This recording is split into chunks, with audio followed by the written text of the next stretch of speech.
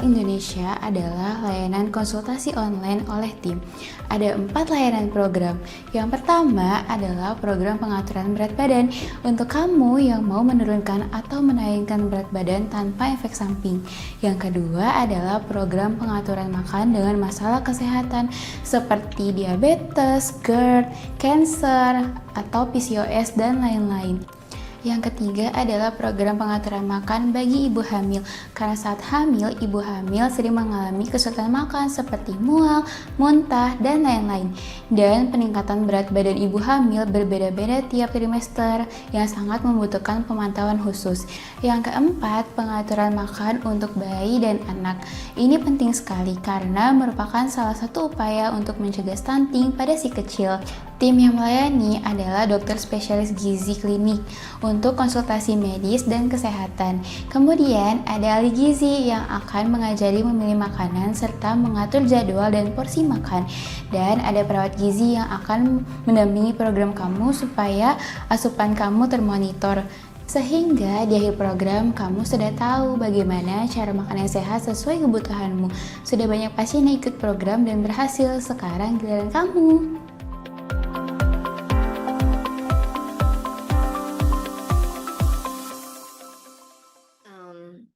Kalau kita bicara mengenai obesitas, apa itu obesitas? Obesitas orang hanya pada umumnya mengenal, oh gemuk gitu ya, oh berat badannya lebih. Tapi sebenarnya lebih dari itu kita bisa mengupasnya. Jadi mana yang betul-betul dikatakan obesitas, mana sebenarnya yang tidak termasuk dalam obesitas. Nah, paling mudah atau paling sering, paling umum yang kita lakukan pengukuran adalah body mass index atau indeks massa tubuh.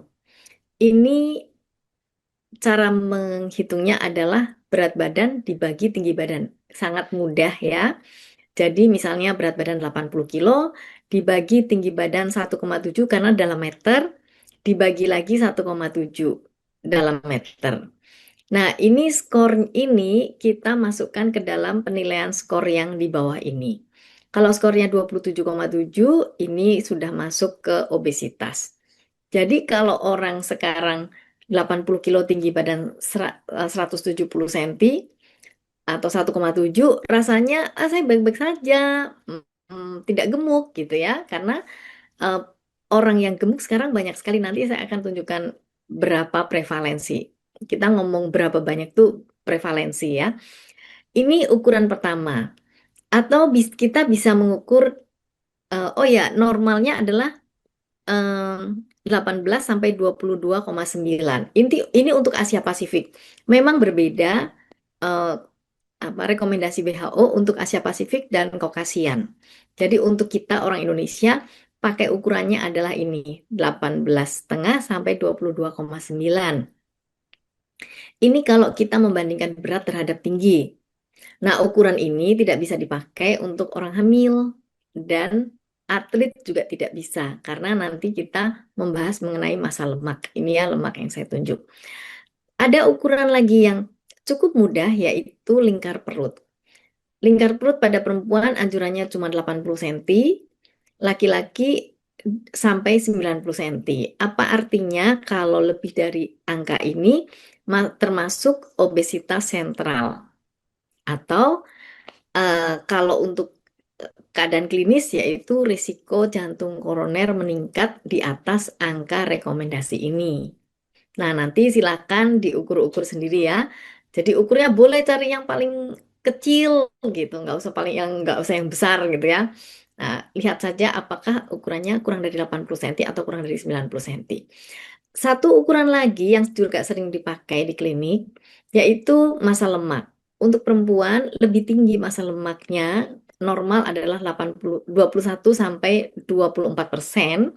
Ini disebut bugar atau fit. Laki-laki 14 sampai 17%. Jadi kalau orang dengan berat badannya sangat besar atau kayaknya berat banget nih, tapi lemaknya tipis, itu tidak dimasukkan dalam obesitas. Nah, Mengapa jadi penting gitu ya? Tadi ditanya. Jadi pertanyaannya, dampaknya apa sih? Kok jadi penting? Obesitas sendiri sudah disebut penyakit oleh WHO. Jadi sebenarnya obesitas itu sudah nggak sehat. Apalagi dengan berbagai dampak yang bisa timbul. Misalnya, henti napas waktu tidur. Jadi waktu tidur itu napas berhenti. Berhenti nanti saat kepengen nafas, tubuh membangunkan lagi supaya ingat bernafas, terus nanti tidur lagi, bisa berhenti lagi. Kemudian apalagi sih asma, kanker payudara, perlemakan hati, ini ya fatty liver istilahnya ya, penyakit kandung empedu, ginjal, prostat, varises, asam urat, dan gout. Gout itu kalau sudah terjadi radang sendi. Apalagi stroke, diabetes mellitus, penyakit jantung koroner, hipertensi, masalah di usus besar, hormon reproduksi abnormal ini yang terkait dengan kesuburan. Polycystic ovarium syndrome ini banyak banget pasiennya dan banyak orang sudah menyadari dan banyak orang sudah tahu, oh saya kena polycystic ovarium syndrome, jadi saya harus menurunkan berat badan dan berobat bla bla bla gitu ya.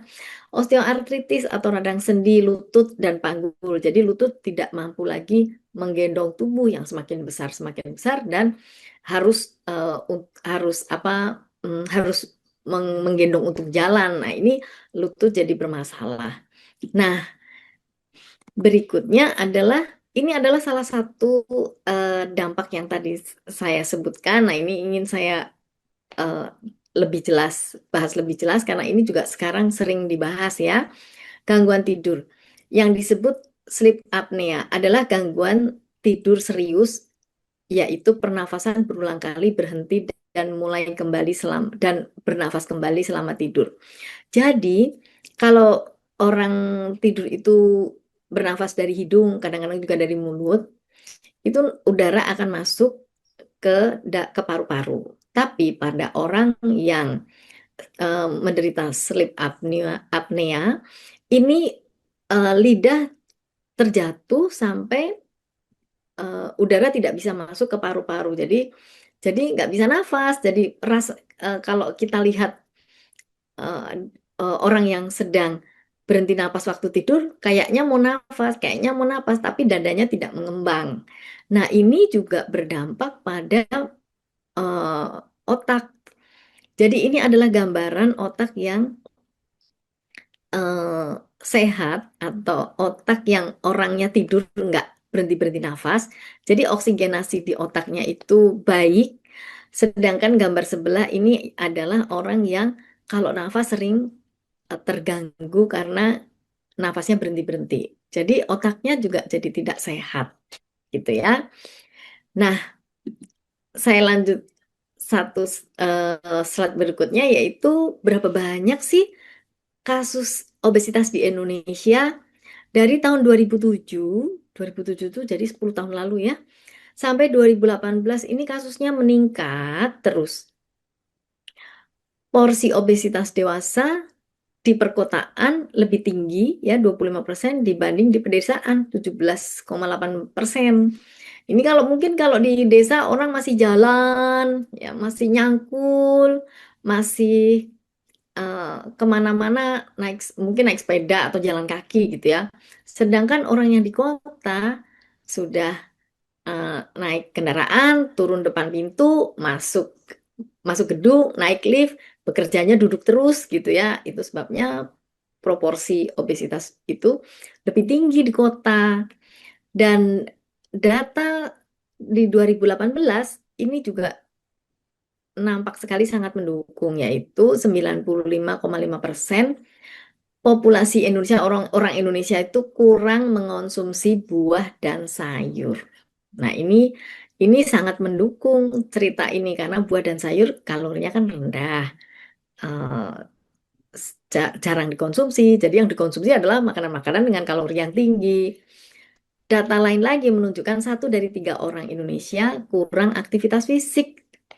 Kurang aktivitas fisik itu apa? Kerja ya kerja, tapi kerjanya duduk, gitu ya. Jadi eh, di kendaraan juga duduk. Nah, itu sebabnya kasus obesitas meningkat. Nah, gimana sih di tahun sesudah 2018, ternyata obesitas meningkat lagi 23,4%. Sedangkan yang normal itu 50%. Yang berat badan lebih itu sudah hampir sama banyaknya. Sedangkan yang kurang gizi ternyata cuma sedikit. Jadi untuk orang-orang Indonesia pada umumnya karena kurang gizinya cuma sedikit, jadi makan banyak untuk menaikkan berat badan itu hanya untuk 7% saja. Yang lain kalau makannya banyak ya pasti berat badan akan semakin naik. Begitu Pak, ini yang bisa saya jelaskan. Semoga ini bisa menjawab pertanyaan-pertanyaan tadi ya. Baik, Dok. Dari data yang diterima ini, Dok, angka 21% cukup banyak, Dok ya. 21% Eh, sudah hampir obesitas seperempat penduduk malah dua puluh Indonesia, Dok. tiga persen Pak, obesitas 2023. Oh, malah 23% ya. 23,4%. Naik lagi. Wah, tinggi sekali, Dok ya. Bisa bayangkan kalau naiknya sampai naik lagi ke 40% gitu. Hampir setengah penduduknya overweight, Dok. Kalau dijumlah dengan yang overweight sudah 37%, Pak. Iya, cukup mengkhawatirkan, Dok. Iya, Cukup. dengan dampak yang banyak itu tadi ya memang jadi uh, kita harus memberikan perhatian ya, Pak ya. Baik, Dok. Dari data tersebut, mungkin saya mau menyampaikan atau menanyakan beberapa hal mengenai mitos dan fakta sesuai dengan judul webinar kita, Dok ya. Eh, ada orang berkata metabolisme saya saya terlalu lambat, slow katanya, sehingga saya tidak bisa kurus walau makan sedikit. Alasan, Dok ya katanya itu. Itu mitos atau fakta, Dok? Iya, saya jawab dengan slide, Pak. Jadi sebenarnya metabolisme lambat itu memang jadi lebih irit. Jadi kalau makannya sedikit lebih banyak, jadi nabungnya jadi banyak, jadi lebih cenderung obesitas. Tapi ternyata dari berbagai data, perbedaan metabolisme antar orang itu tidak sangat ekstrim. Ekstrim untuk yang ototnya sangat besar, itu metabolismenya pasti lebih besar. Tapi kalau kita lihat rata-rata orang kota ya kan kita yang kita bahas kan orang-orang orang kota jadi sehari-hari gitu ya. Nah, itu sebenarnya tidak terlalu banyak berbeda. Tapi jadi maksudnya metabolisme saya terlalu lambat, jadi makan sedikit sekali itu sebenarnya eh, kalau dibandingkan orang lain, kita harus membandingkan juga aktivitas fisik dan komposisi tubuh yang tadi yang orang yang berotot lebih membutuhkan banyak kalori, terus aktivitas fisik yang banyak dan metabolisme basal. Jadi sebenarnya kalau makan terlalu banyak, ya semua orang pasti akan gemuk gitu. Kalau makannya kita batasi, ya berat badan kita tidak akan naik gitu. Jadi kalau makan sedikit tapi merasa saya udah makan sedikit tapi gemuk, benarkah sedikit kita harus evaluasi lebih lebih lanjut. Apakah makan sedikit itu artinya bentuknya kecil, makannya sedikit tapi kalorinya banyak? Nah, itu juga sebenarnya mesti dicek lagi, dievaluasi lagi gitu, Pak. Oke, Dok. Jadi pengertian jumlah kalori yang kita makan belum tentu sesuai dengan volume yang kelihatannya banyak, Dok ya. Misalnya Ya, benar, makan sayur benar sekali. banyak-banyak, ya kalorinya nggak ada Iya, gitu, Dok. Betul kan? ya, Contohnya seperti ya. itulah gitu ya. Ya, Yang ya paling benar. gampang. Dalam hal ini juga aktivitas fisik juga sangat mempengaruhi ya. Kalau misalnya eh, makannya sedikit tapi nggak bergerak sama sekali, ya eh, selanjutnya aja berat badan bisa naik juga, Pak. Kalau makannya sedikit lebih banyak, tapi banyak bergerak, banyak olahraga, nyangkul di sawah, naik bikin bangunan, Ya, tentu kepakai juga kalorinya, benar. Dok ya. Betul, betul sekali, Pak. Makanya jarang tukang di bangunan saya lihat yang gebuk, Dok. Ya rata-rata kurus-kurus, Dok. Iya, karena bergerak minimal 7 jam seharinya. Baik, Dok. Saya mau masuk ke masalah mitos dan fakta yang kedua, Dok. Selama total kalorinya sama, nah ini orang bilang kayak kalorinya setiap hari sama nih dok. Makanya gitu aja. Semua makanan sama efeknya terhadap berat badan. Itu mitos atau fakta dok?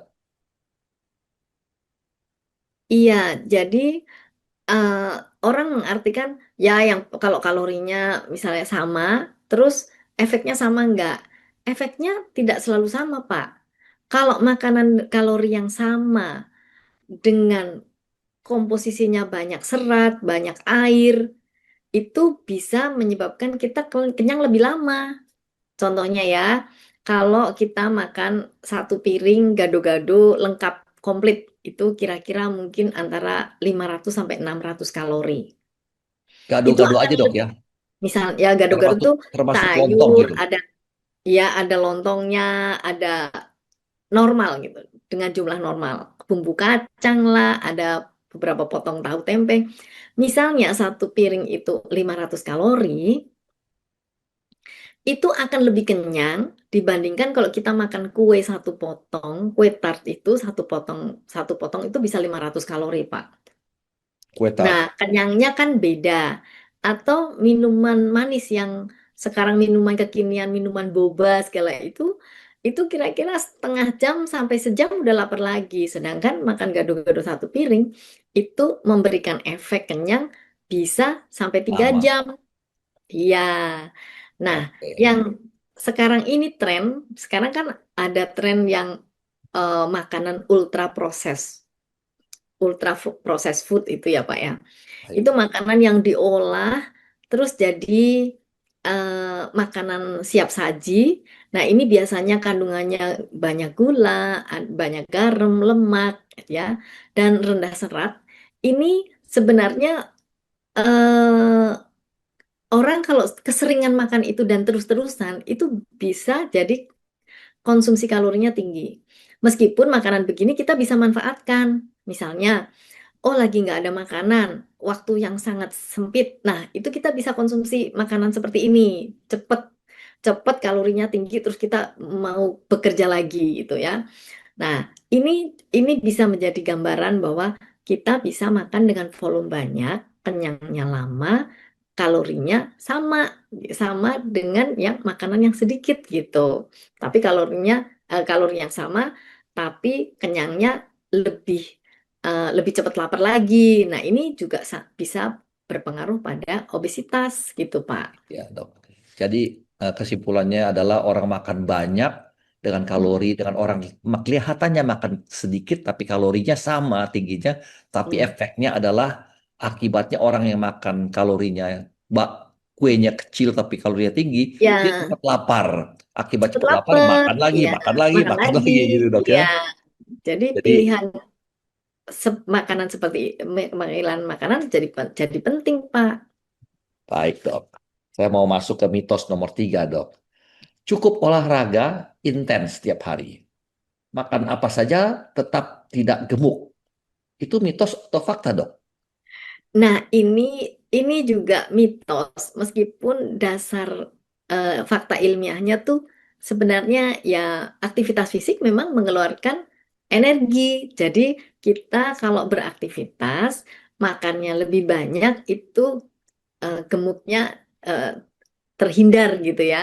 Jadi, tapi kalau kita mengandalkan olahraga terus makan apa aja sebanyak-banyaknya, ya berat kita tetap akan naik. Kalau Bapak ingat eh, fisiknya sumo, itu dia berolahraga tapi makannya juga banyak. Jadi ototnya besar, lemaknya juga besar gitu, Pak. Nah,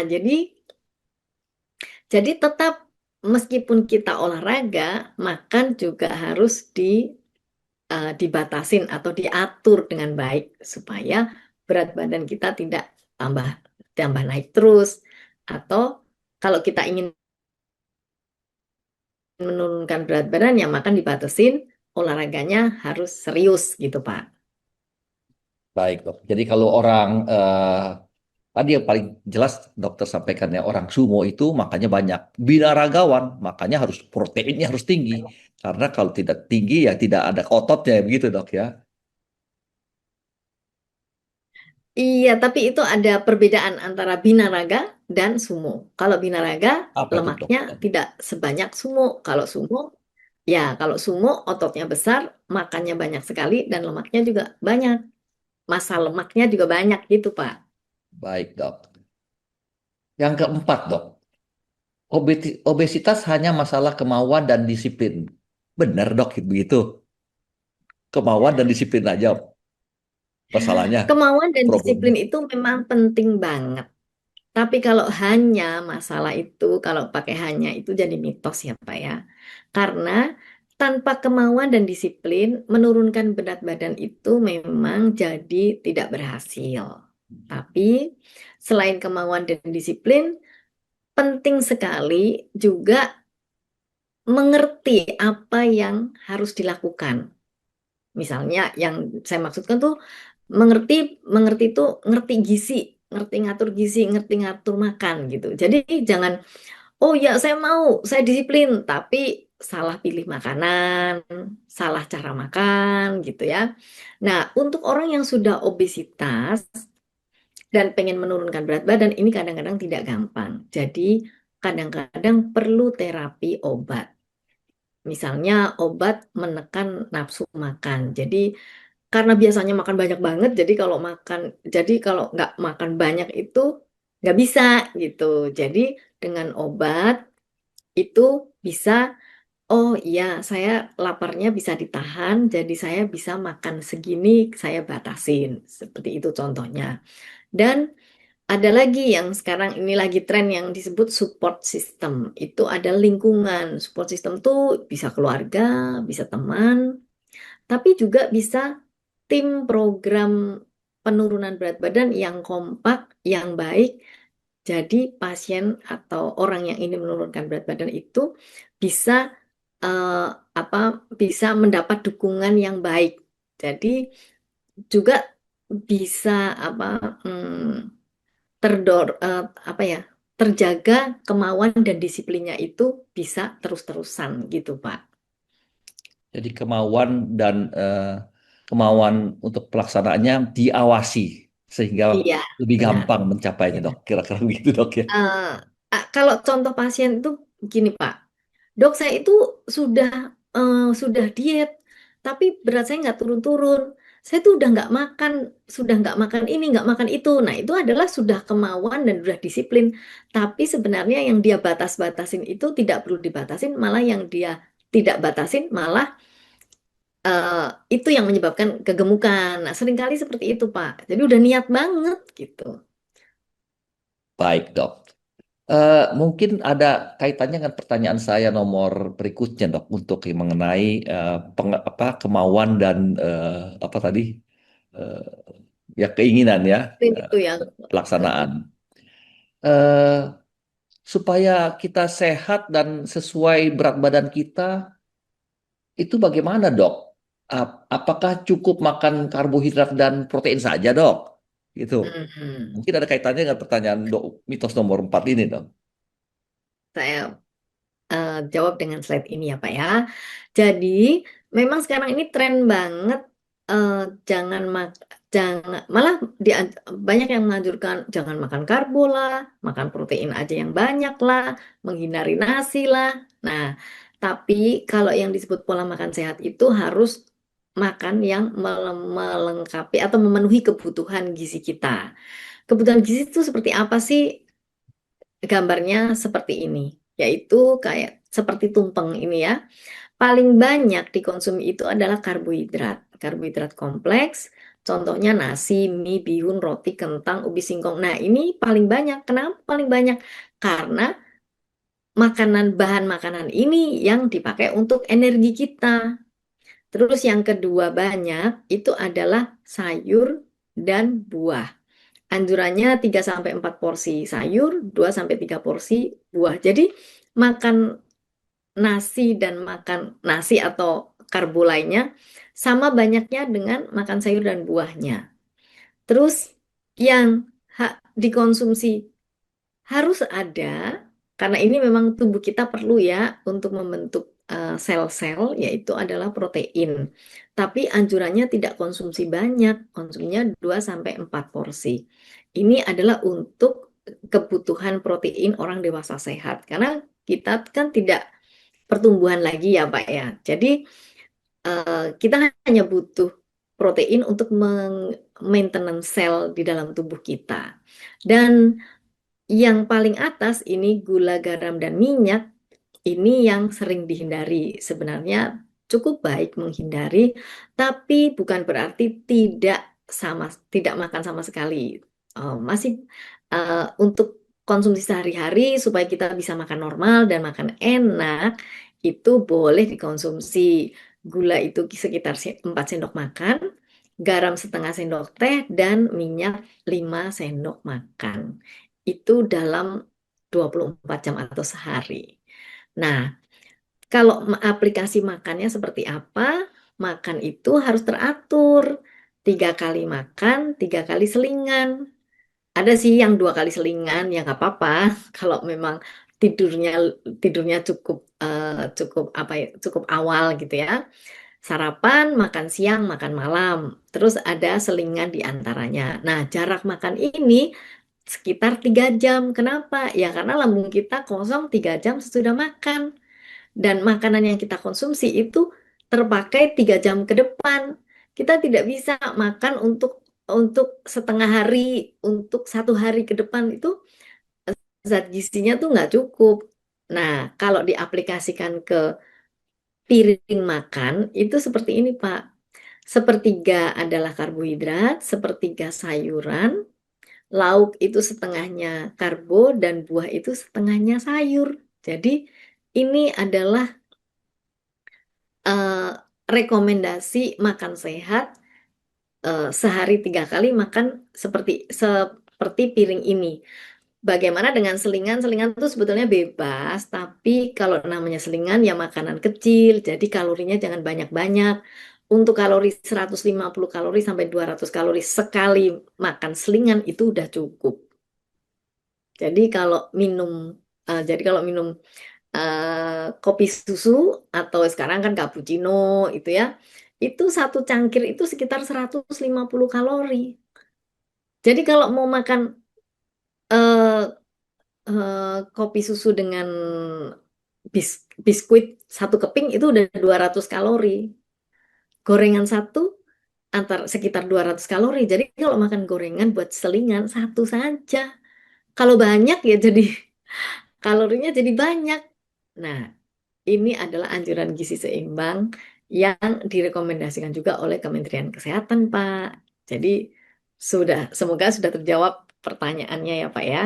Baik, Dok. Jadi kalau dari keterangan dokter bahwa pola makan sehat tentu kita harus atur waktunya ya. Tidak bisa sembarangan waktu main makan aja. Iya, Tidak jadi bisa harus saya teratur. makan, tidak bisa saya tidak boleh kita makan siang dan malam saja. Siang saya makan 1.000 kalori, malam saya makan 1.000 kalori. Itu tidak bisa, Iya. Dok ya, karena polanya tidak benar. Nah, kalau makan sekaligus banyak seperti itu akan terjadi lompatan kadar gula darah. Nah, ini sangat tidak menguntungkan buat yang diabetes. Malah Dan yang naik gulanya, konsumsi Dok ya. ya, dan konsumsi yang seperti itu banyaknya, badan nggak bisa ngelola zat gizi yang masuk ke dalam tubuh. Selain gula naik, ya kolesterol juga bisa naik, trigliserid juga bisa naik, gitu Pak. Baik, Dok. Ada lagi yang ingin disampaikan, Dok? Saya rasa cukup ya untuk penjelasan mengenai ini ya. Semoga bermanfaat ya Pak ya. Terima kasih banyak, Dok, atas apa yang disampaikan kepada kita semua. Dari keterangan dokter yang dokter sampaikan itu, saya mungkin ada mengambil beberapa kesimpulan penting. Yang penting menurut saya penting sekali, yang satu pertama adalah penting sekali menentukan status obesitas. Apakah kita ini benar obesitas atau tidak gitu. Harus tahu itu. Tadi ada rumusnya di depannya kalau nggak salah ya. Indeks massa tubuh dan lain-lain. Jadi kita gampang sekali untuk tahu status kita. Apakah kita obesitas atau tidak. Banyak orang Indonesia bilang, saya nggak obes, saya keker katanya. Padahal mereka sudah obesitas. dua puluh Ya, tiga persen bayangkan, dia cukup tinggi dok ya. Nomor ya, dua, menyadari apakah sudah mulai timbul dampak buruk obesitas yang tadi dokter sampaikan juga. Kita susah tidur lah, gula darah kita naik, dan lain-lain itu ya dampaknya. Yang ketiga, menurunkan berat badan perlu paham mengenai fakta ilmiah. Fakta ilmiah adalah salah satunya ya mengenal tentang pola makan yang baik dan gizi seimbang. Gizi seimbang adalah makan ada proteinnya, ada karbonnya, ada seratnya, ada buahnya, itu harus seimbang semua. Kalau kurang satu, kurang lengkap namanya. Dan harus juga sesuai dengan pola yang baik, waktu yang teratur. Yang keempat, menurut saya juga adalah, ini kalau saya salah dikoreksi dok ya, karena saya dari orang awam nih. Intervensi yang efektif dan komprehensif sangat penting membantu sukses seseorang yang ingin diet. Misalnya pengetahuan tentang gizi, terapi obat, dibantu dengan terapi obat yang tadi dokter bilang ada apa tadi untuk menahan rasa lapar, apa membantu gitu sehingga tidak mau makan melulu gitu. Untuk Ya, orang-orang bisa udah juga.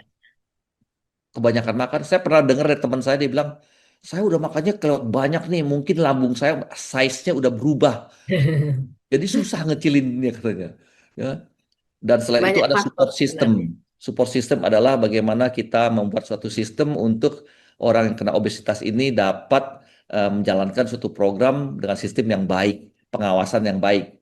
Kebetulan dari NutriHealth Indonesia ada program itu dok ya, pengawasan oleh perawat, pengawasan oleh gizi, ahli gizi, dan pengawasan oleh dokter spesialis. Itu 4 rangkuman yang menurut saya bisa saya sampaikan. Demikian dok, ada lagi Ya, mungkin? terima kasih. Terima kasih. Kalau dokter sudah selesai, saya ingin lanjut dengan Dokter Laurencia Ardi. Dokter Laurencia, selamat malam. Kembali saya sampaikan selamat malam. Beliau, Ya. halo. Beliau adalah Malam Pak Kosa, malam Dokter Lucy, Ya, malam malam Bapak Ibu dong. semuanya. beliau adalah pengurus dari salah satu pengurus di Kalbe Farma yang kebetulan di bidang marketing ya, untuk promosi dan perkenalan kepada produk-produk dok ya gitu begitu ya kurang lebih ya. Dok, mungkin kita bisa mendengar apa yang ingin disampaikan mengenai produk-produk yang dimiliki oleh yang ingin disampaikan kepada kami. Silakan, Dok. Baik, Baik, terima kasih Pak Gosal. Selamat malam Bapak Ibu semuanya. Mungkin sebelumnya saya izin share slide terlebih dahulu. Eh, maaf Pak Gosal, apakah slide saya sudah tampak Pak? Eh, saya belum melihat ini. Ya, sudah kelihatan, sudah. Ya. Oke, New Life. Oke, baik, terima kasih. Ya, terima kasih. Jadi pada malam hari ini saya akan membawakan terkait dengan tips snack sehat pada weight wellness. Sebenarnya kata weight wellness ini sama artinya dengan bagaimana kita bisa menjaga maupun menurunkan berat badan atau disebut juga sebagai weight management juga bisa. Nah, kebetulan kami dari Kalbe Nutritional itu mempunyai produknya yang dengan namanya itu New Life untuk umbrella brandnya.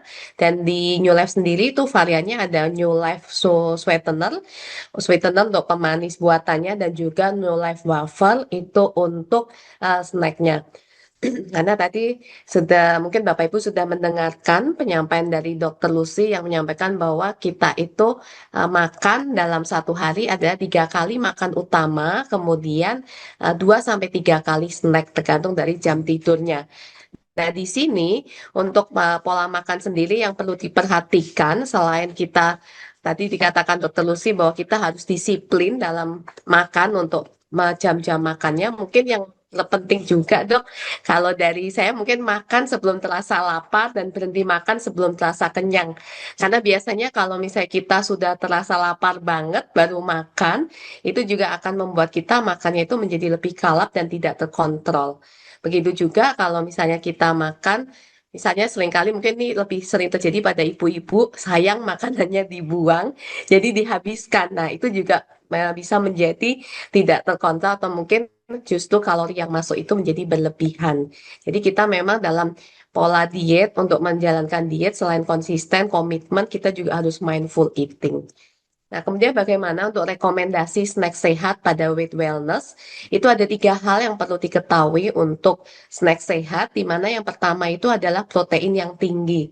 Kemudian yang kedua adalah serat yang tinggi dan yang ketiga adalah rendah gula dan garam. Nanti saya akan sampaikan di slide berikutnya kenapa harus tinggi protein.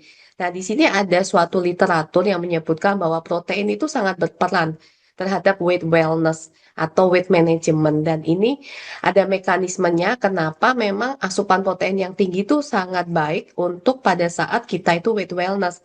Di sini disebutkan bahwa ternyata dengan kita melakukan asupan protein yang tinggi itu akan meningkatkan hormon-hormon yang menekan rasa lapar dan juga bisa menurunkan hormon-hormon yang menimbulkan eh, kita dengan high protein itu bisa meningkatkan hormon-hormon kenyang dan menurunkan hormon-hormon rasa lapar. Sehingga dampaknya apa? Dampaknya itu adalah kita rasa kenyangnya tuh bisa bertahan lebih lama sehingga juga bisa menurunkan asupan makanan. Nah, ternyata selain dengan asupan protein yang tinggi itu berpengaruh terhadap hormon lapar kenyang, ternyata juga dengan mengkonsumsi protein yang tinggi itu juga bisa menginduksi terjadinya termogenesis atau pemanasan di dalam tubuh, kemudian juga meningkatkan kadar asam amino di dalam darah, kemudian meningkatkan gluconeogenesis di mana energi dipakai tidak disimpan sebagai lemak dan juga meningkatkan ketogenesis sehingga di sini juga bisa memberikan rasa kenyang. Jadi kalau misalnya mau dilihat pada gambar diagram di samping kanan dari Bapak Ibu, bahwa dengan kita mengkonsumsi diet protein tinggi, di sini pengaruhnya terhadap termogenesis meningkat, terhadap hormon kenyangnya meningkat, hormon laparnya menurun, dan juga meningkatnya dari kadar asam amino di dalam darah, pembentukan energi, dan juga di sini semua dampaknya adalah pada rasa kenyang yang meningkat sehingga asupan makanan menurun, sehingga diharapkan keseimbangan energi itu negatif, berat badan menurun. Selain itu juga asupan protein yang tinggi itu bisa meningkatkan free fat mass. Dengan free fat mass yang meninggi itu ternyata juga bisa meningkatkan kebutuhan energi atau energi expenditure sehingga juga terjadi keseimbangan negatif dan terjadi weight loss. Nah, ini peranan dari protein pada weight wellness. Nah, yang kedua, selain protein itu ada juga serat. Nah, kita tahu bahwa serat itu dibagi menjadi 2, bahwa serat larut dan tidak larut. Serat larut itu yang biasa kita bisa dapatkan dari buah-buahan, sayur-sayuran. Terus kemudian ada juga serat tidak larut yang bisa berasal dari biji-bijian. Nah, serat ini sebenarnya adalah suatu karbohidrat kompleks yang susah atau sulit dicerna, sehingga dia dampaknya dengan dia sulit dicerna, itu dia bisa menurunkan absorpsi atau penyerapan gula dan juga sekresi insulin. Nah, dengan menurunkan resistensi insulin tentunya itu juga energi itu lebih cepat dibentuk sehingga tidak disimpan menjadi lemak dan memberikan rasa kenyang yang lebih lama. Jadi kalau lihat di diagram sebelah kiri, dengan kita mengkonsumsi serat yang cukup di mana rekomendasinya ada sekitar 25-30 gram sehari, kalau berdasarkan dari isi piringku adalah setengah dari isi piring itu adalah isinya sayur dan buah-buahan yang sebagai sumber serat. Nah, itu dia akan mempengaruhi terhadap hormonal, kemudian juga mempunyai efek di dalam tubuh dan juga mempunyai efek di dalam usus. Kalau secara hormonal sendiri itu sama seperti halnya tadi protein, dia akan meningkatkan hormon-hormon rasa kenyang dan menurunkan hormon lapar. Kemudian terhadap efek di dalam tubuh, dia juga akan menurunkan dari densitas energi, meningkatkan proses pengunyahan sehingga memberikan rasa kenyang yang lebih lama sehingga asupan energi menjadi menurun. Kalau di dalam usus sendiri ya tadi seperti yang saya sampaikan, serat itu tidak dicerna atau susah dicerna sehingga dia bertahan lebih lama di dalam usus sehingga memberikan rasa kenyang yang lebih lama. Efeknya adalah berat badan yang menurun. Nah, kemudian sebenarnya dari Kalbe Nutritional sendiri itu kami mempunyai produk New Life Wafer. Di mana New Life Wafer itu dalam satu box ini dia terdiri dari 100 gram. Jadi kalau misalnya Bapak Ibu di sini membeli satu box New Life ini wafer itu bisa digunakan sebagai snack. Tadi Dr. Lucy mengatakan bahwa untuk snack itu kurang lebih kita sekitar 100 sampai 150 kilokalori.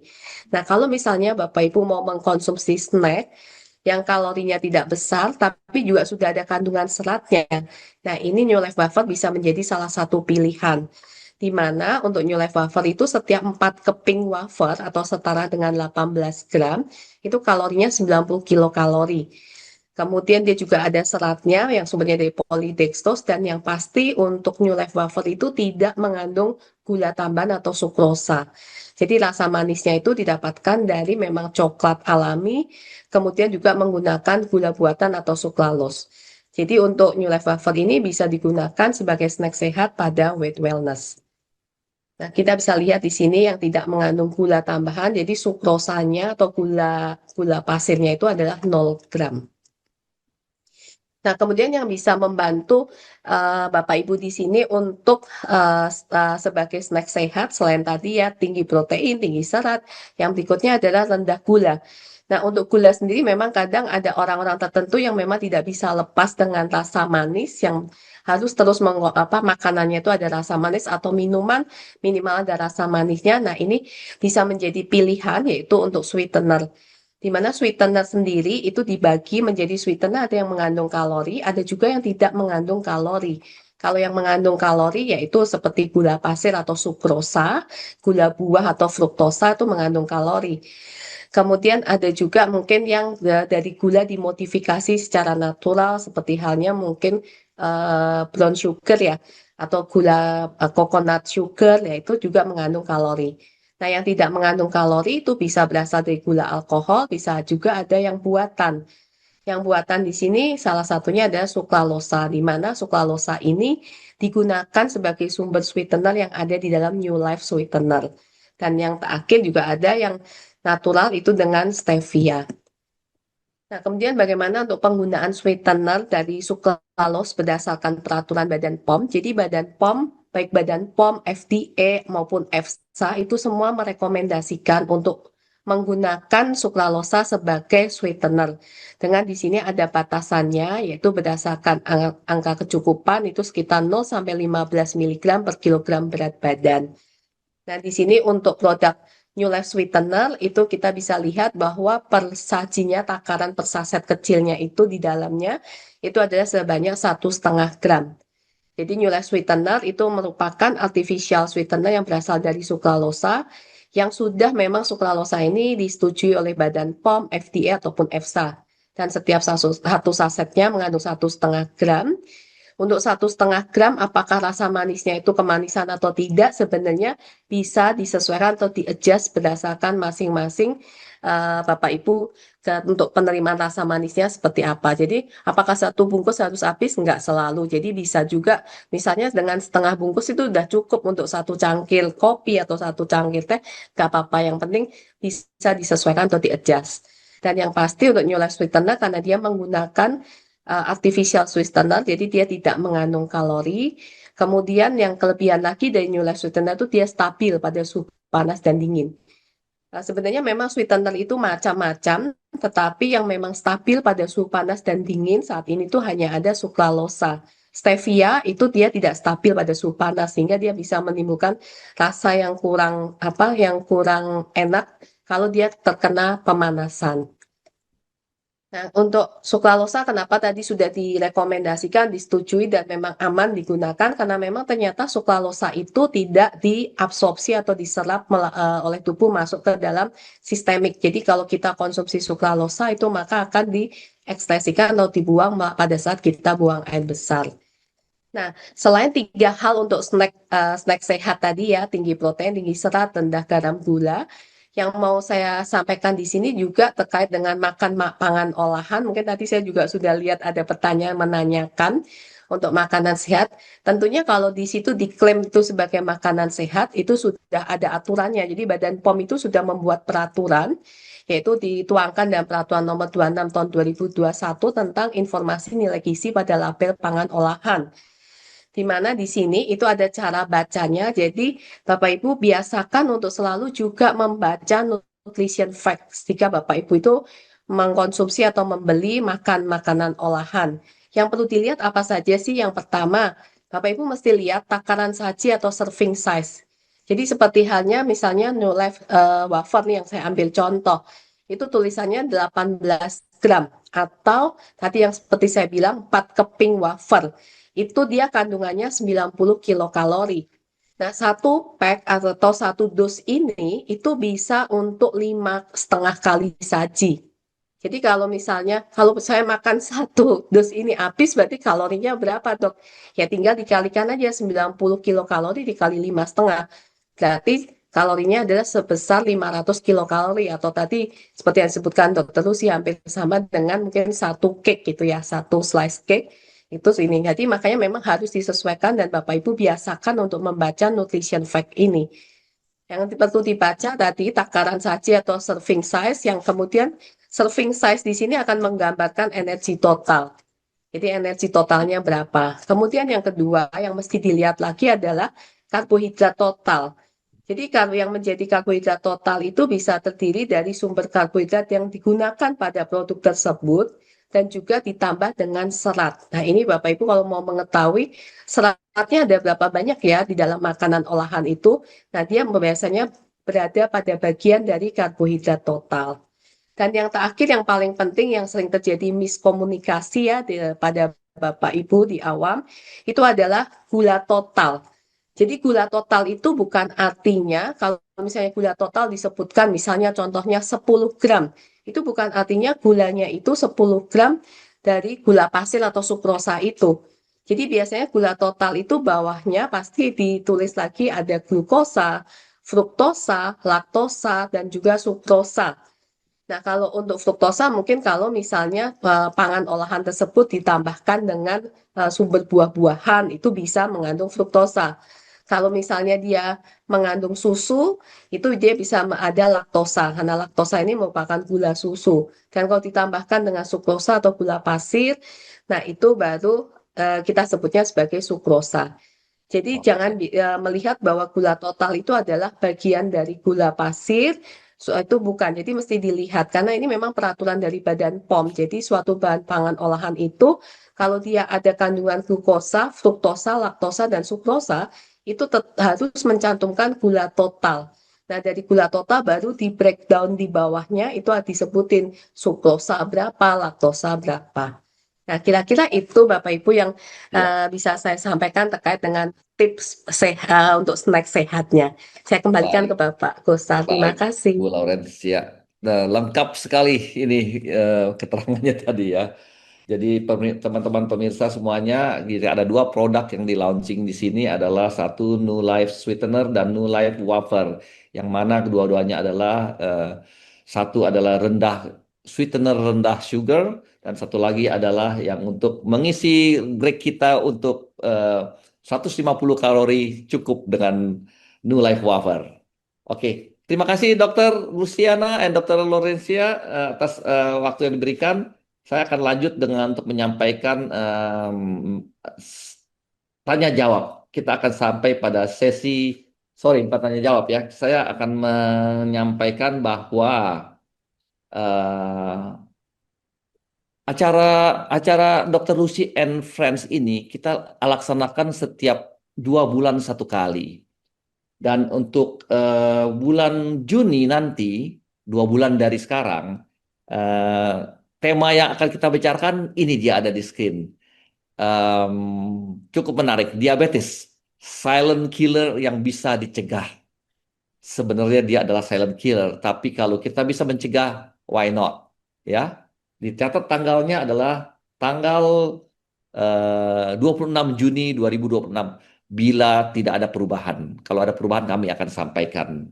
Ya, teman-teman jangan tinggalkan tempat dulu karena kita ada hadiah hampers dari Kalbe Farma dan juga voucher dari Ibu Dokter dan juga hadiah dari diskon dari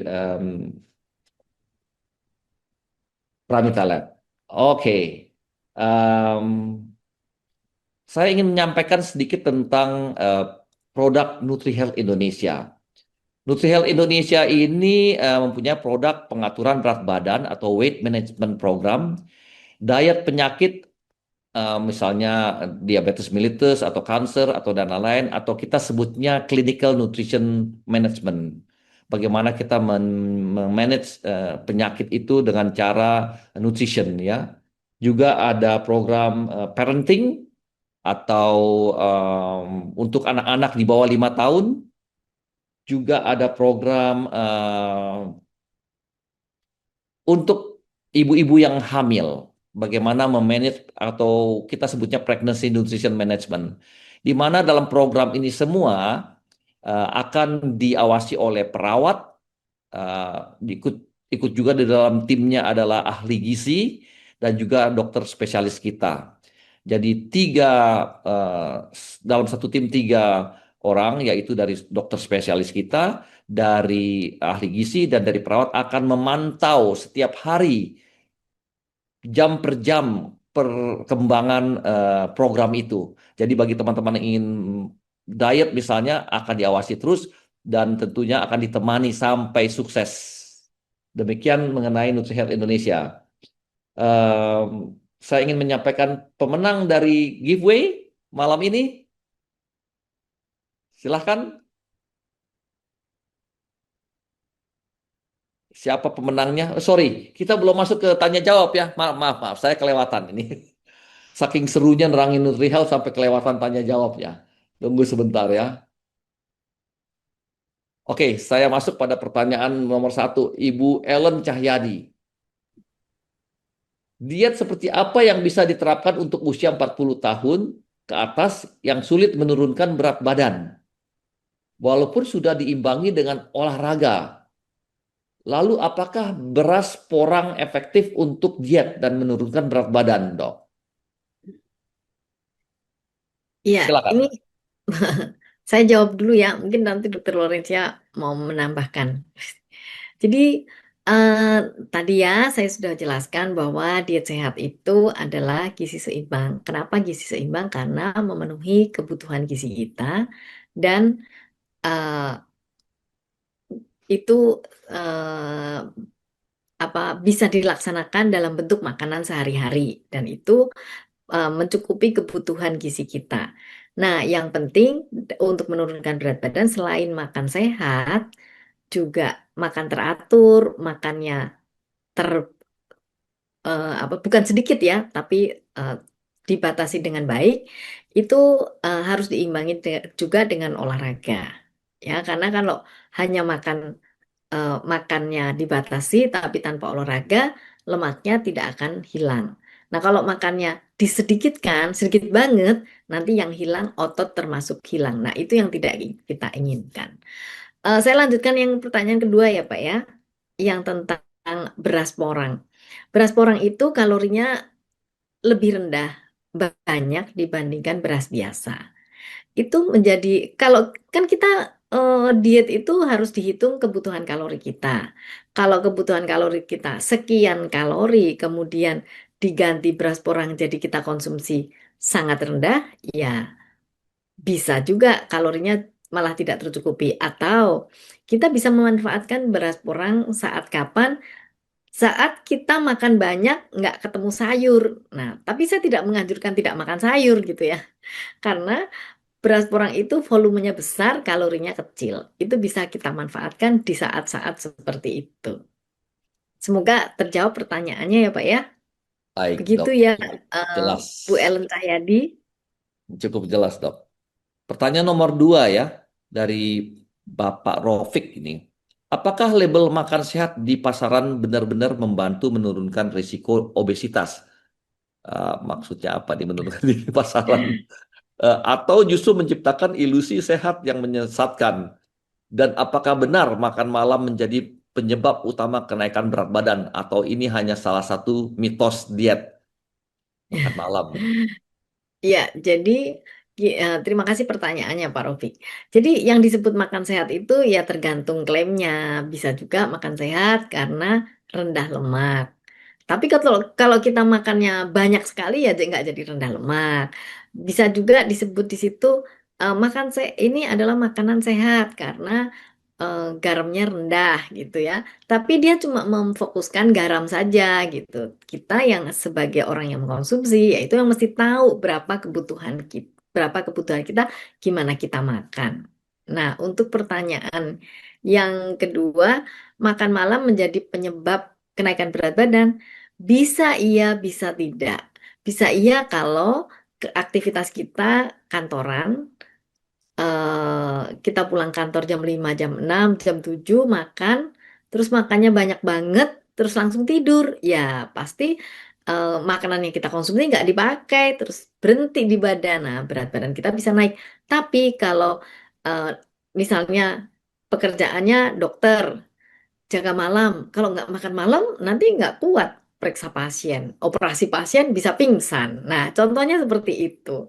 Ya, jadi eh, makan malam itu anjurannya adalah 3 jam sebelum tidur. Supaya apa? Supaya sempat dikonsumsi, supaya sempat dipakai.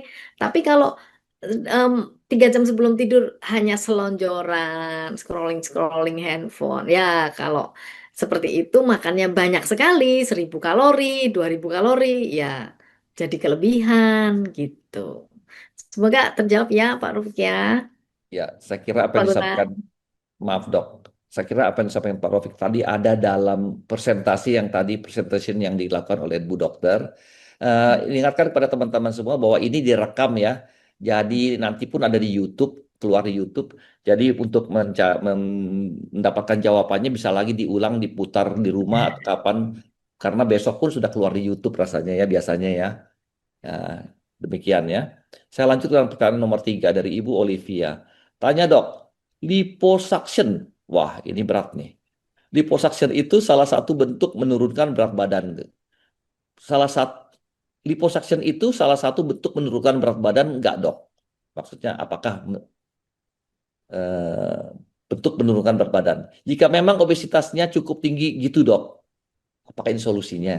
Iya, jadi liposuction itu bukan untuk menurunkan berat badan kalau dari sangat gemuk. Tapi liposuction itu untuk membuang lemak, iya, lemak-lemak di bagian tertentu. Jadi idealnya liposuction itu kalau berat badan sudah menurun, ada bagian-bagian yang menonjol, nah itu dihilangkan pakai liposuction. Tapi kalau masih sangat gemuk, karena gemuk itu kan lemaknya di bawah kulit ada, di dalam perut ada. Yang di dalam perut tidak bisa hilang dengan liposuction. Jadi liposuction ini cocok untuk shaping atau pembentukan tubuh untuk lebih ideal lagi, terutama model gitu ya. Nah, tapi kalau untuk eh, yang sehari-hari, idealnya kalau dari gemuk itu atur makan, olahraga sampai masuk ke berat badan normal, baru kita pikirkan apakah perlu liposuction gitu, Pak. Gitu ya, Bu Olivia ya. Jadi supaya tidak salah kaprah nanti mengambil keputusannya. Nah, semoga jawaban saya ini bisa menjawab pertanyaannya. Baik dok, jadi ada lemak-lemak yang di dalam perut dok ya, di dalam tubuh Ya, yang susah dok lemak ya, visceral bukan itu yang tidak menempel di bisa, kulit ya, itu yang ya, susah. Yang ditempel di tidak kulit bisa bisa di liposuction gitu. liposuction. Lebih untuk orang bilang kosmetik lah dok ya, Iya, bisa demikian. gitu ya. Baik, pertanyaan nomor 4 dari Ibu Eviana. Apakah orang yang sudah obesitas jika sudah menerapkan pola hidup sehat berat badannya akan normal untuk jangka waktu panjang? Wah pasti dong dok. Iya pasti. Dan setelah berat badannya normal, pola hidup sehat harus tetap dilaksanakan. Makan tidak berlebihan, olahraga untuk membangun otot tubuh dan untuk keuntungan-keuntungan lainnya. Kalau olahraga itu kan keuntungannya banyak, tidak hanya menurunkan berat badan. Baik, Dok. Jadi intinya kita harus belajar yang namanya pola makan gizi seimbang, pola makan yang baik dan gizi seimbang. Karena itu ada hitungannya semua, Dok ya. Belajar Iya. berhitung cara makan, intinya begitu, Dok. Hmm.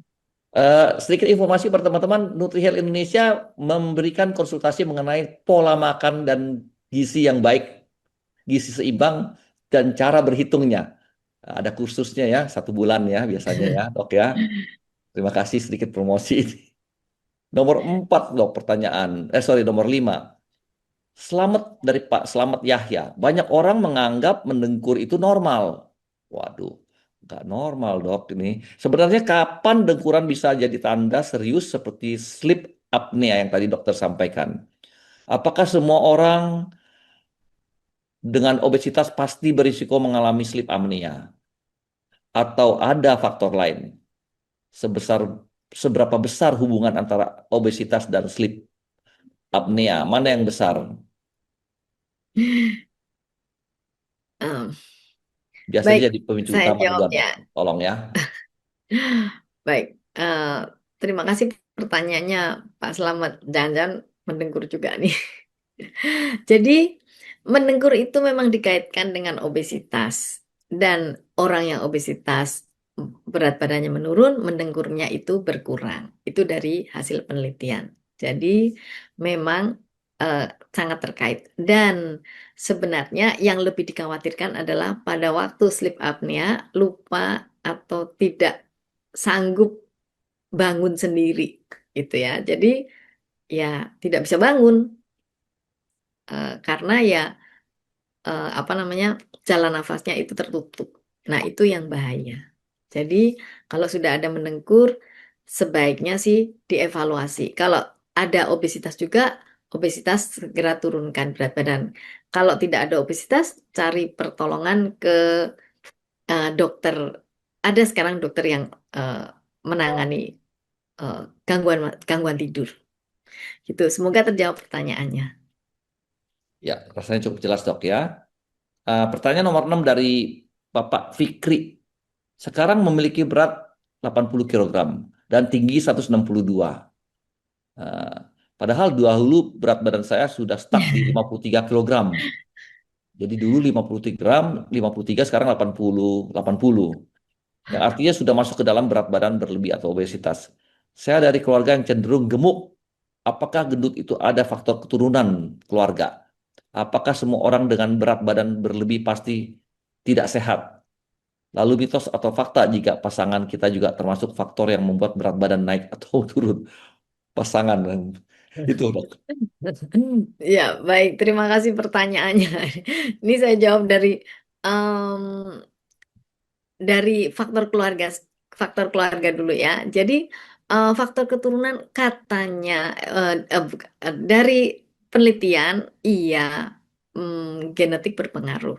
Tapi yang lebih berpengaruh adalah lifestyle. Jadi dan ternyata di dalam keluarga itu juga saling memengaruhi ya. Kalau orang tuanya hobinya makan, orang tuanya tidak suka makan sayur. Nah, anaknya itu juga jadi sayur mereka akan menganggap sayur itu nggak enak, jadi saya nggak makan sayur juga. Nah, ini gaya makan yang sama, nah itu juga menyebabkan obesitas.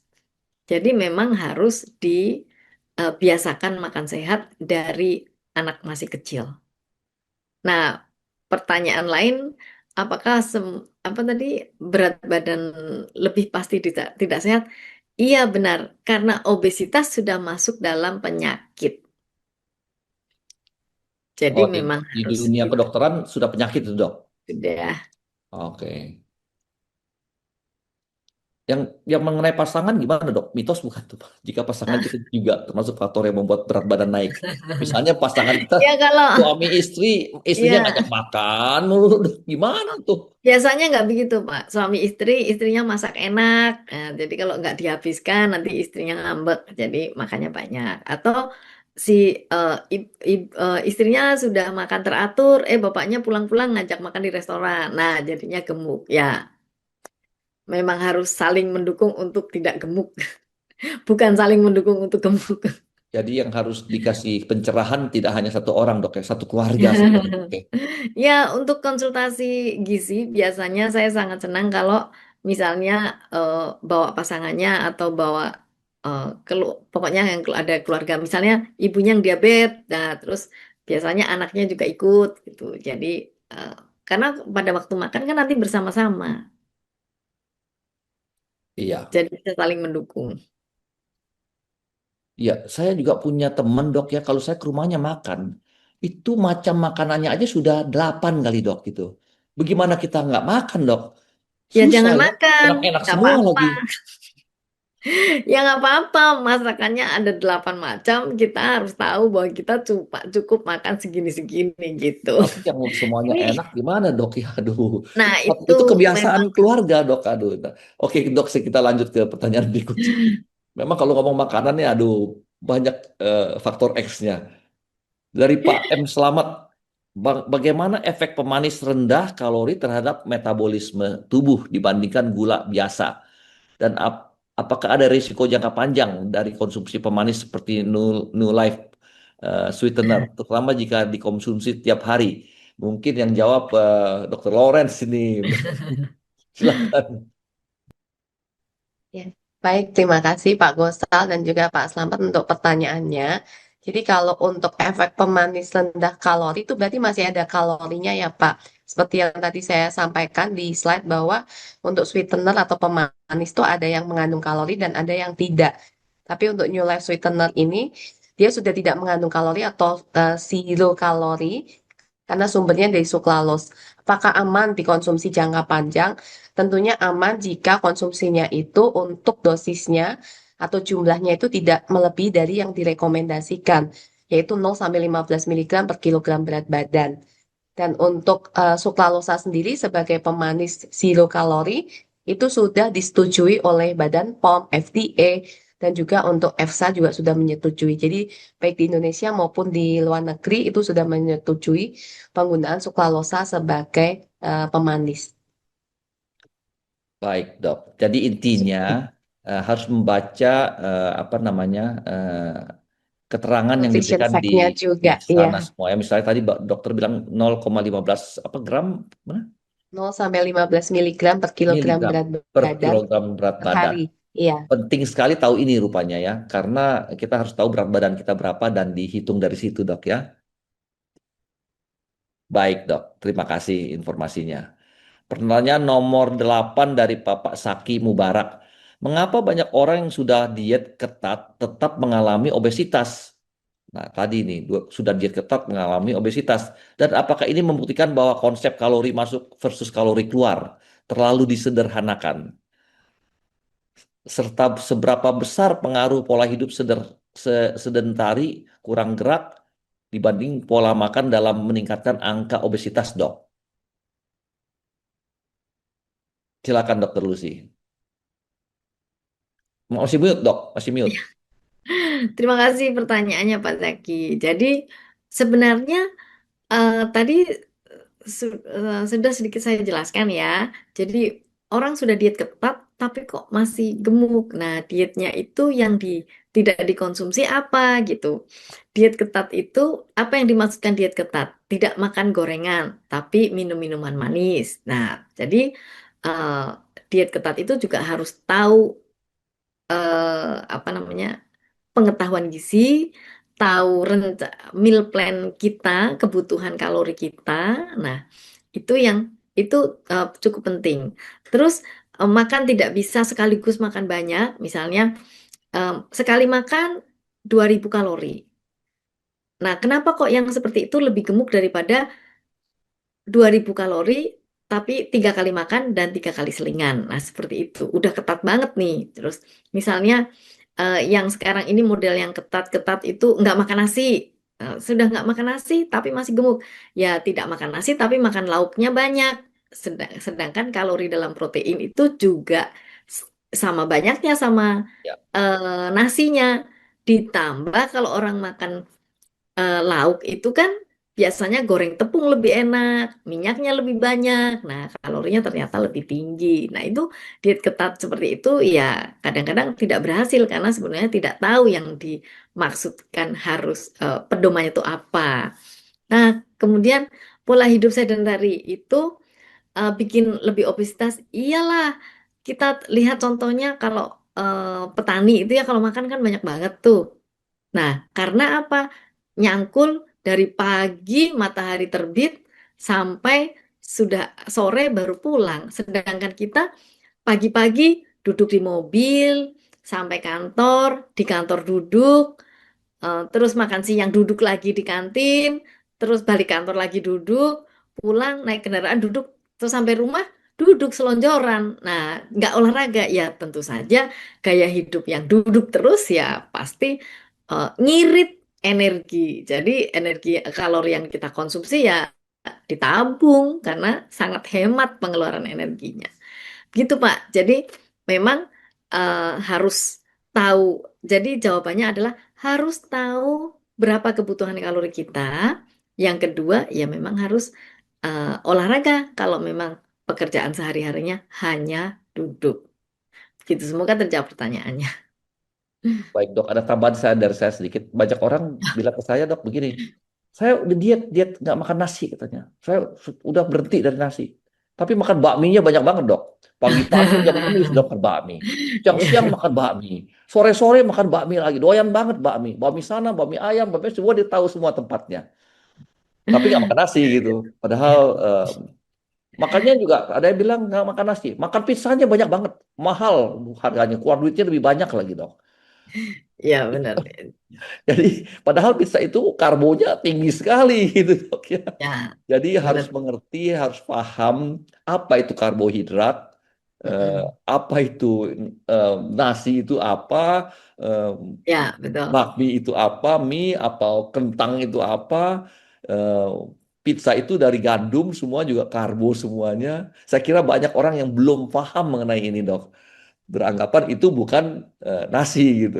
Hanya nasi yang menjadi kambing hitam diet katanya gitu. Banyak sekali dok seperti itu dari yang saya ketahui ya. Oke, saya lanjut ke pertanyaan terakhir dari Ibu Sulfa. Bagaimana pengaruh faktor hormonal dan genetik dalam obesitas? Dan apakah hal ini membantah mitos bahwa berat badan sepenuhnya ditentukan oleh pola makan dan apakah semua lemak harus dihindari dalam diet atau ada jenis lemak tertentu yang justru penting untuk tubuh? Ini sangat ilmiah harus jawabannya, dok. Baik, terima kasih. Jadi memang faktor hormonal dan genetik memang berpengaruh. Tapi kalau hal itu sangat ekstrim harus diobati. Jadi masalahnya harus dinormalkan hormonal itu. Tapi kalau faktor genetik memang dari sananya. Tapi dari hasil penelitian, faktor genetik itu kalah pengaruhnya dari lifestyle. Lifestyle itu yaitu makan, olahraga, gaya hidup, nah itu semuanya. Jadi eh, itu lebih berpengaruh daripada genetik. Tapi genetik memang punya peran. Dan tapi ini semua dipengaruhi oleh nanti pengaruhnya yang lebih luas adalah budaya, ekonomi, ketersediaan pangan. Nah, itu pengaruh-pengaruh lain. Tapi kalau untuk orang kota sehari-hari, yaitu cara milih makan, ngerti nggak yang dimakan gitu ya, bisa mengontrol makan gitu.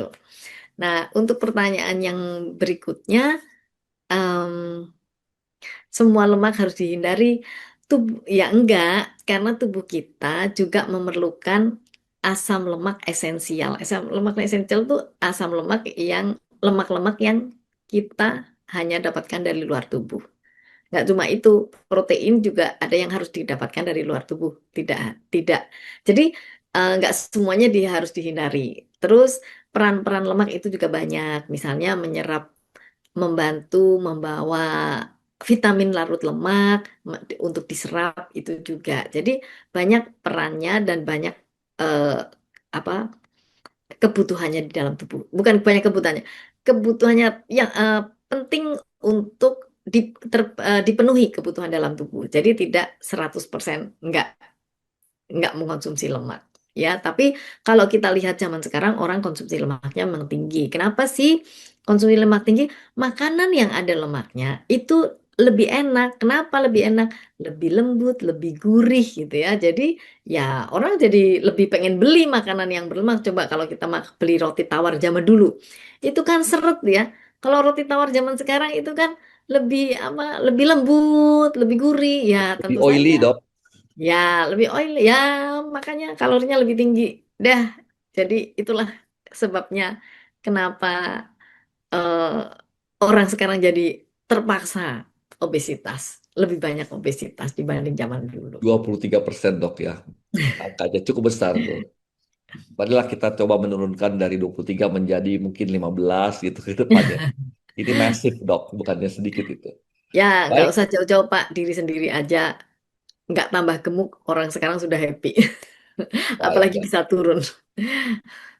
Terima kasih atas semua jawaban dari Dr. Lucy, Dr. Laurencia, atas pertanyaan-pertanyaan yang diberikan oleh teman-teman kita, pemirsa. Eh, Tadi saya sudah sampaikan mengenai acara kita dia untuk 2 bulan mendatang, silent killer yang bisa dicegah. Kemudian saya sudah sampaikan juga produk-produk dari NutriHealth Indonesia mengenai konsultansi dari weight management dan clinical management dan lain-lain. Saya sampai pada acara pengumuman pemenang giveaway ini. Nah, dari yang bertanya kebetulan hanya sebenarnya pemenangnya itu 10 orang penanya, tapi yang bertanya hanya 9 orang. Jadi 99 dapat 8 malah. Bukan 9 ya. Ada satu yang kurang siapa ini? Tadi saya lihat ada 8. 2, 4, 5, 8. Nggak kurang, nggak satu ya, nggak kurang ya. Baik. Ibu Ellen, Bapak Rofik, Ibu Olivia, Ibu Eviana, Pak Slamet Yahya, Pak Muhammad Fikri, Pak Zaki, Mubarak, dan Bu Sulfa mendapat hadiah hampers yang sudah kami siapkan, yaitu berisi New Life Sweetener dan New Life Wafer, voucher konsultasi gratis untuk 10 untuk kepada Ibu Dr. Luciana, voucher diskon 25% untuk cek laboratorium dengan Pramita Lab. Nah, tolong di screenshot ini, disimpan nomornya dan dihubungi admin kita di 081211755551. Batas waktu klaim adalah sampai tanggal 30 April hari Kamis depan. Demikian untuk pemenangnya. Informasi lebih lanjut bisa menghubungi kami di nomor tadi saya sudah sampaikan. Jangan lupa follow Instagram dari NutriHealth Indonesia dan juga Dr. Gizi _Luciana dan juga NutriHealth Indonesia untuk mendapatkan informasi mengenai video-video yang sudah kita ulas mengenai kesehatan yang berkaitan dengan nutrition, ya. Jangan lupa juga untuk selalu ingat apa yang saya sampaikan, untuk selalu sehat selalu, dan salam NutriHealth Indonesia untuk semuanya. Selamat malam. Terima kasih. Selamat malam. Selamat malam Terima kasih semuanya. banyak Dr. Lucy. Kasih Pak Kusa. Terima kasih Ibu Dr. Laurencia. Terima kasih Ibu Chai Siu yang sudah juga hadir di sini. Selalu hadir. Kita ketemu lagi nanti 2 bulan mendatang di acara Diabetes.